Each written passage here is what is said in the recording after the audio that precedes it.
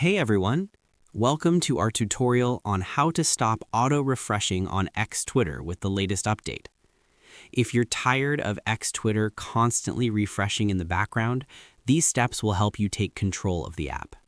First, disable background data on your phone to prevent X Twitter from refreshing automatically. Go to Settings, tap Apps and Notifications, select X Twitter, then go to Data Usage and disable background data. Next, force stop X Twitter to make sure the app is completely closed. Open Settings, go to Apps and Notifications, select X Twitter, and tap Force Stop.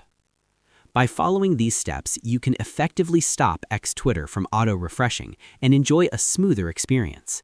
Say goodbye to interruptions and stay focused on your Twitter activities. Thanks for watching.